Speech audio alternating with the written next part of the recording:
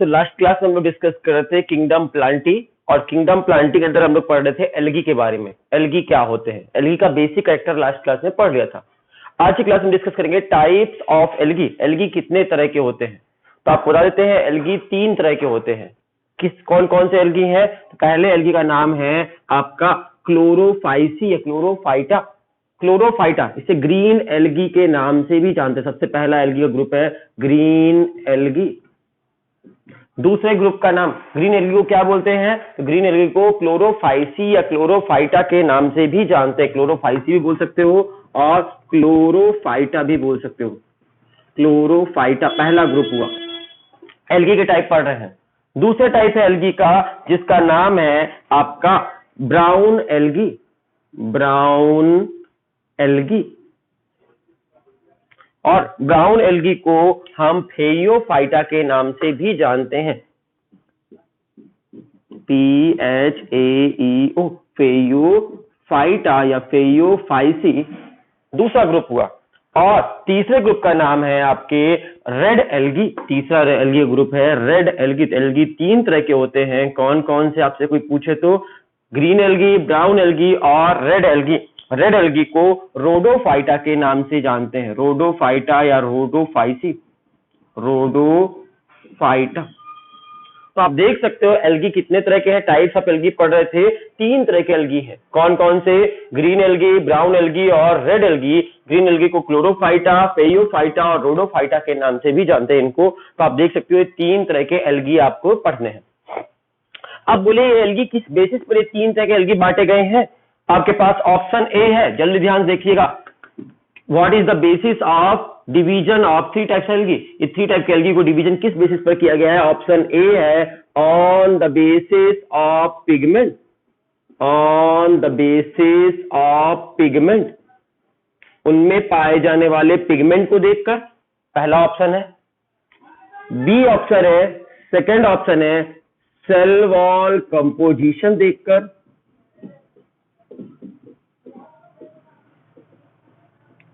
Third option है store food देखकर। और डी फोर्थ ऑप्शन है ऑल ऑफ दीज, सब कुछ देखकर। याद रखिएगा आपका आंसर, कौन सा आंसर यहां पर सही होगा? आंसर डी सही है, ऑल ऑफ दीज। मतलब ये एल्गी का डिस्ट्रीब्यूशन किस बेसिस को ध्यान में रखकर किया गया है, उसमें कौन सा पिगमेंट पाया जाता है ये बात ध्यान में रखी गई। उसके सेल वॉल किस चीज से बने हुए हैं, सेल वॉल का कंपोजिशन भी ध्यान में रखा गया, और उसमें स्टोर फूड क्या है ये भी ध्यान रखा गया। और ये तीनों चीजों को ध्यान में रखकर एल्गी को डिस्ट्रीब्यूट किया गया है। तो एल्गी कितने तरह के हैं? 3 तरह के। कौन कौन से? ग्रीन एल्गी, ब्राउन एल्गी और रेड एल्गी। ये 3 तरह के एल्गी होते हैं। आपको क्लियर हो गया? On the basis of cell wall composition, store food and pigment present over there, the algae are the 3 types. First one is chlorophyta, phaeophyta and rhodophyta. अब हम एक एक करके पढ़ते हैं। सबसे पहले पढ़ेंगे हम ग्रीन एल्गी के बारे में। ग्रीन एल्गी क्या है? आपके एनसीईआरटी बुक ने सबसे पहले ग्रीन एल्गी को डिफाइन किया है। ग्रीन एल्गी मतलब क्लोरोफाइटा या क्लोरोफाइसी। आपके एनसीईआरटी बुक में क्लोरोफाइसी वर्ड यूज किया गया है, इस ग्रुप का नाम रखा गया क्लोरोफाइसी। और क्लोरोफाइसी ग्रुप में कौन आएंगे? तो क्लोरोफाइसी ग्रुप में ग्रीन एल्गी आएगा। तो हम पढ़ने जा रहे हैं आज की क्लास में ग्रीन एल्गी के बारे में, क्लोरोफाइसी के बारे में। ग्रीन एल्गी, अब नाम से मालूम चल रहा है ग्रीन एल्गी किस कलर के होते होंगे? ग्रीन एल्गी ग्रीन कलर के होते होंगे। और ये सबसे पहला एल्गी कौन आया होगा? सबसे बाद में एल्गी में बात करें हम, इन तीनों एल्गी में, रेड, ब्राउन और ग्रीन कलर के एल्गी में सबसे पहले कौन आए थे? तो याद रखिएगा सबसे पहले रेड आया था। रेड एल्गी के बाद आया था ब्राउन एल्गी, ब्राउन एल्गी के बाद आया था ग्रीन एल्गी। इसलिए इन तीनों एल्गी में सबसे एडवांस एल्गी कौन है? याद रखिएगा ग्रीन एल्गी सबसे एडवांस एल्गी है। मोस्ट एडवांस एल्गी, सबसे एडवांस एल्गी का नाम पूछा जाए आपसे, मोस्ट एडवांस एल्गी का नाम पूछा जाए आपसे, तो आंसर होगा ग्रीन एल्गी। सबसे ज्यादा एडवांस है। और सबसे पुराना कौन है? रेड एल्गी सबसे पुराना है। तो सबसे एडवांस एल्गी का नाम हुआ ग्रीन एल्गी, सबसे एडवांस है। और इतना एडवांस है कि इससे बाकी के सारे प्लांट्स का पैदा हुए हैं, इसीलिए इसको एंसेस्टर ऑफ हायर प्लांट कहते हैं। किस नाम जानते हैं? एंसेस्टर।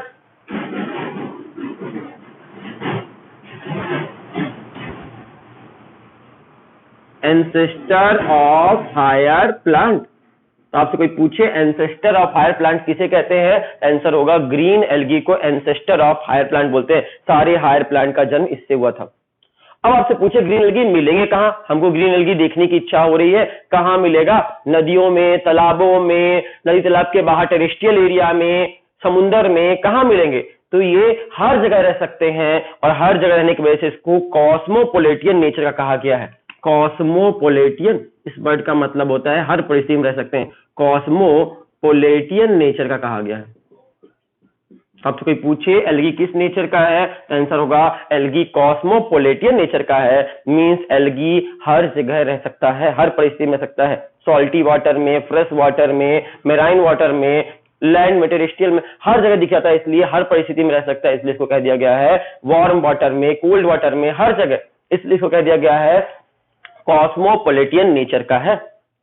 अब बात करते हैं कि एल्गी कैसा दिखता है, एल्गी कैसे होते हैं, ग्रीन एल्गी किस तरह के होते हैं। तो ग्रीन एल्गी 3 तरह के हो सकते हैं। कौन कौन से, ग्रीन एल्गी की जब बात करें तो ग्रीन एल्गी 3 फॉर्म में देखने को मिल सकते हैं। पहला यूनिसेलुलर, कुछ ग्रीन एल्गी यूनिसेलुलर होते हैं, एक सेल से मिलकर बने होते हैं, पूरी बॉडी में मात्र एक सेल होती है। कुछ ग्रीन एल्गी ऐसे भी हैं। कुछ ग्रीन एल्गी कैसे होते हैं आपके, कुछ ग्रीन एल्गी मल्टी सेलुलर होते हैं, कुछ ग्रीन एल्गी कॉलोनी बनाकर रहते हैं, कॉलोनी बनाकर रहते हैं, कॉलोनिकल रहते हैं, कॉलोनियां बनाकर रहते हैं, दूसरा ग्रुप हो गया। इसको कॉलोनी बनाकर रहते हैं, इसलिए क्या बोलेंगे, कॉलोनिकल बोलेंगे, कॉलोनिकल एल्गी। तीसरे जगह कैसे हैं, पहला है यूनिसेलुलर जो अकेला रहना पसंद करते हैं, एकला चलो।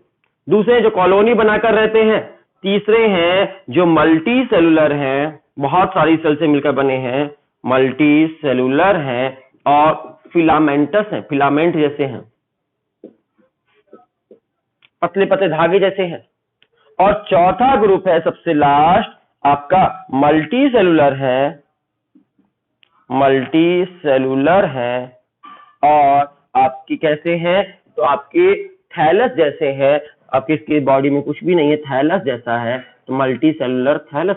ये 4 तरह के शेप में, 4 तरह के एल्गी फॉर्म में मिल सकते हैं। तो ग्रीन एल्गी 4 रूपों में देखने मिल सकते हैं, यूनिसेलुलर भी हो सकते हैं, कॉलोनी बनाकर भी रह सकते हैं, मल्टी सेलुलर फिलामेंटस भी हो सकते हैं और मल्टी सेलुलर थैलस जैसे भी हो सकते हैं। आपके ग्रीन एल्गी इतने तरह के में दिख सकते हैं। हम बात करते हैं यूनिसेलुलर की। तो यूनिसेलुलर मतलब इसके शरीर में मात्र एक सेल होगी, ऐसा कोई ग्रीन एल्गी है धरती में? हाँ है। पहला नाम आता है इसमें क्लैमाइडोमोनास का, क्लैमाइडो CH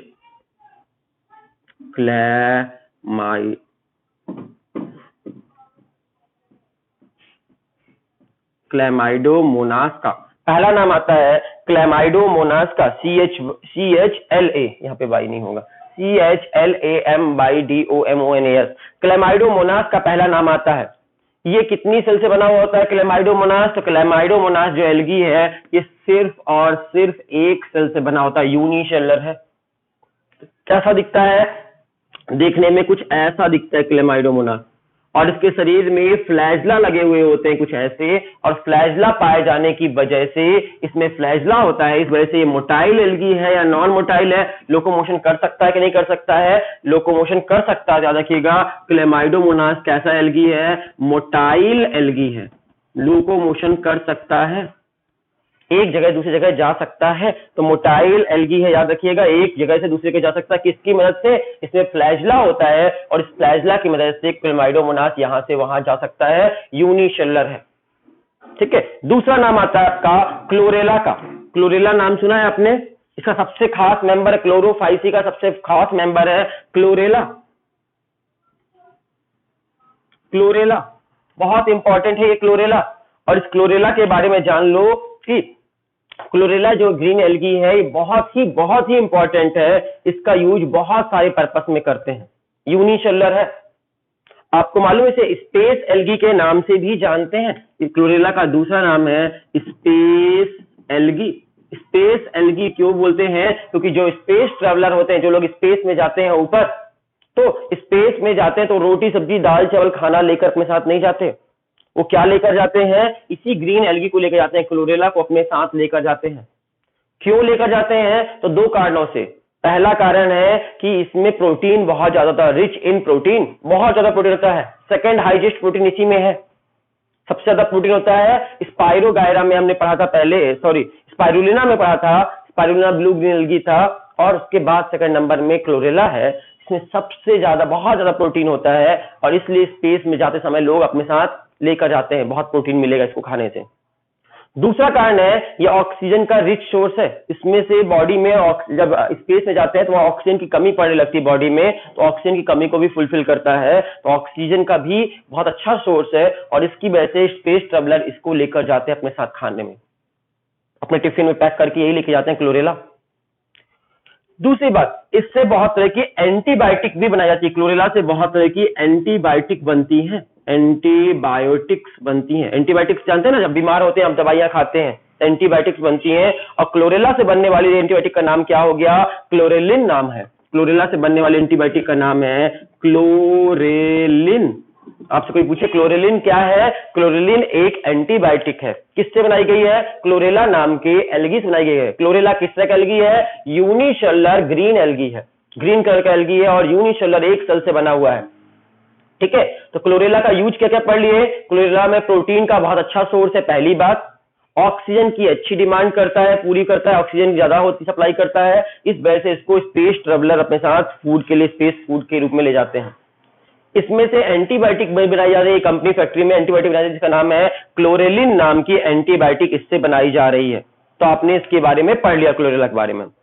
आपने कैल्विन साइकिल किसी ने पढ़ा है आप में से?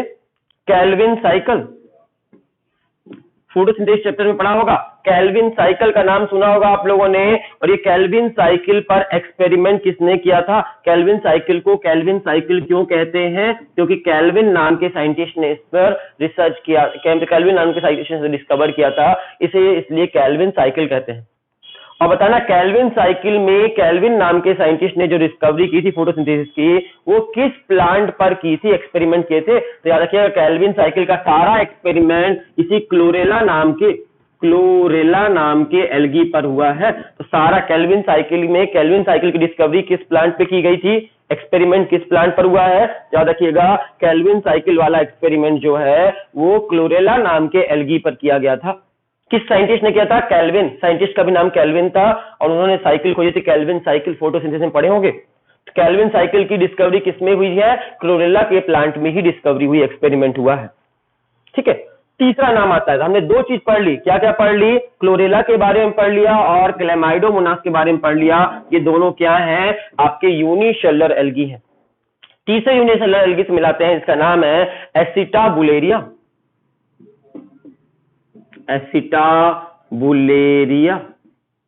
एसिटाबुलेरिया ये भी आपका ग्रीन एल्गी है, यूनिसेलुलर है, सिंगल सेल से बना हुआ है।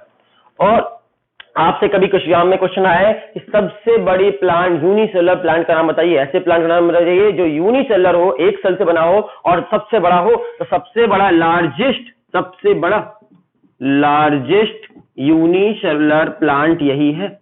दुनिया का सबसे बड़ा यूनिसेलुलर प्लांट कौन है? एसिटाबुलेरिया। कितना बड़ा होता है? लगभग 10 सेंटीमीटर, 10 सेंटीमीटर मतलब इस मार्कर के बराबर।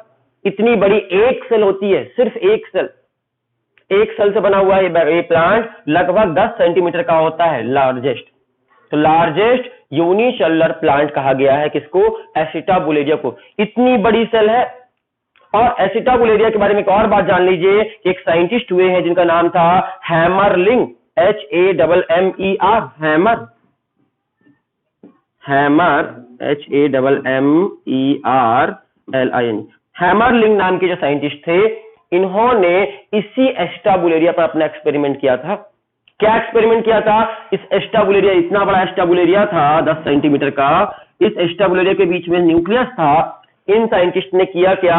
आए और नीडल की मदद से इस न्यूक्लियस को बाहर निकाल दिया, सेल से बाहर निकाल दिया, और देखा कि सेल जिंदा बचती है कि नहीं बचती न्यूक्लियस के बिना। तो देखे सेल से न्यूक्लियस रिमूव कर दिया गया तो सेल कुछ दिनों के बाद मर गई। मतलब न्यूक्लियस बहुत इंपॉर्टेंट है। तो ये बात बताई थी, इंपॉर्टेंस ऑफ न्यूक्लियस।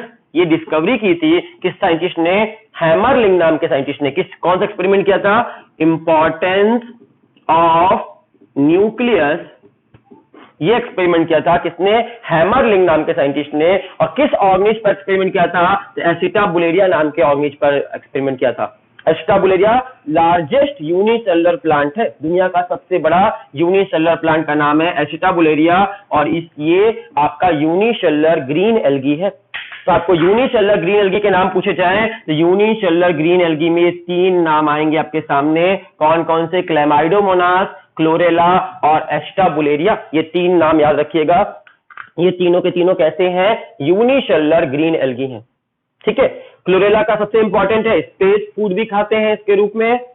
दूसरा चीज, क्लोरेलिन नाम के एंटीबायोटिक बनती है, ऑक्सीजन का अच्छा सोर्स है, प्रोटीन का अच्छा सोर्स है। आप घर पे भी खा सकते हो। आप प्रोटीन पाउडर जब खरीदने जाते हो मार्केट में, तो देखना है प्रोटीन पाउडर में यही क्लोरेला रहता है ज्यादातर। यही एल्गी, इसी एल्गी को पीस कर आपको प्रोटीन पाउडर के रूप में दे देते हैं। बाजार से प्रोटीन पाउडर खरीद के लाते हो, क्लोरेला ही रहता है उसमें ज्यादातर।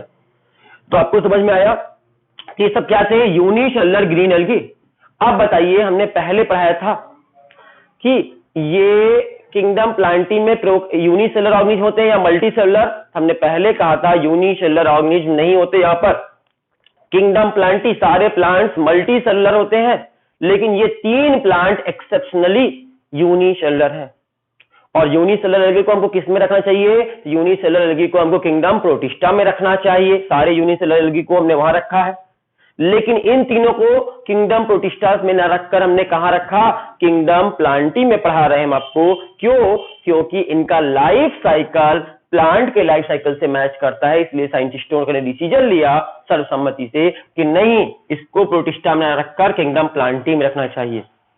याद रखिएगा, यूनिसेलुलर प्लांट यही 3 है, 3 प्लांट है। क्लेमाइडोमोनास, क्लोरेला और एस्टाबुलेरिया यूनिसेलुलर प्लांट है, जबकि प्लांट सारे मल्टीसेलुलर होते हैं, सब मल्टीसेलुलर होते हैं। ये यूनिसेलुलर प्लांट है। याद रहेगा। अब हम आते हैं कॉलोनी में रहने वाले प्लांट्स के बारे में। ऐसे प्लांट जो कॉलोनी बनाकर रहते हैं तो उन्हें कॉलोनिकल प्लांट कहते हैं। जैसे आप घर बनाते कॉलोनी बनाकर रहते हो, ऐसे ही प्लांट भी कॉलोनी बनाकर रहते हैं। और कुछ ग्रीन एल्गी कॉलोनी बनाकर जो रहते हैं उनको कहते हैं कॉलोनिकल ग्रीन एल्गी। और कॉलोनिकल ग्रीन एल्गी में जितने भी ऑर्गेनिज्म उनकी गिनती फिक्स होती है, उससे कम और ज्यादा नहीं होते हैं, उसकी गिनती फिक्स होती है। और इसको बोलते हैं कोइनोबियम के नाम जानते हैं, COENOBIUM।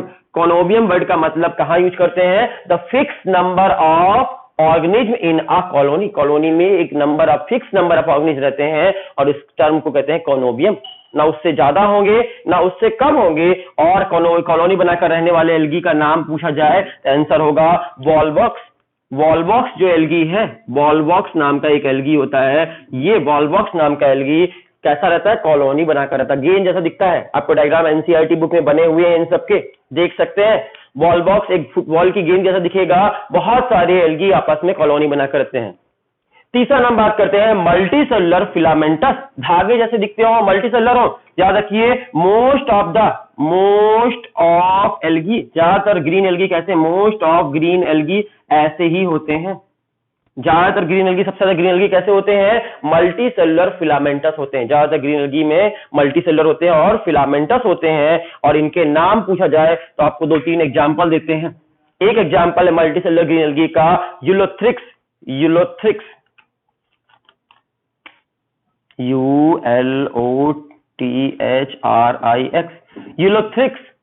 यूलोथ्रिक्स कैसा दिखता है? मल्टीसेलुलर है और धागे जैसा दिखता है। और धागे जैसा दिखता है, पानी में पाया जाने वाला धागा है, इसलिए इसे पॉन्ड वुल के नाम से भी जानते हैं। तालाब में पाया जाने वाला पॉन्ड, POUND पॉन्ड मतलब तालाब, और वुल मतलब होता है ऊन। तालाब में पाए जाने वाला ऊन के नाम से जानते हैं, POND पॉन्ड।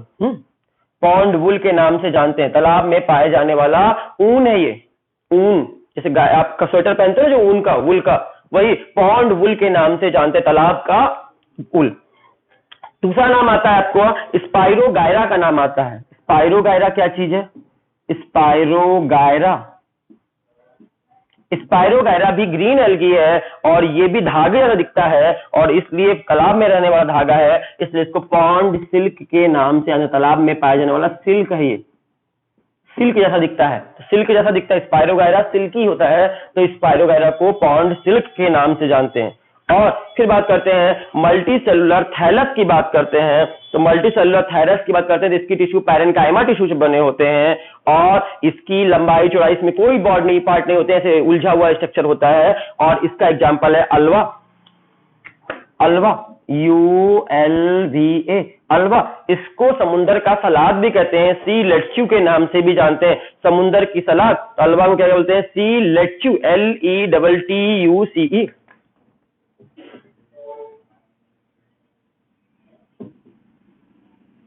सी लेट्स्यू के नाम से जानते हैं। आपसे कोई बोले सी लेट्स्यू किसे कहते हैं, तो अल्वा को सी लेट्स्यू बोलते हैं, समुंदर की सलाद कहते हैं, मल्टी सेलुलर थैलस होता है।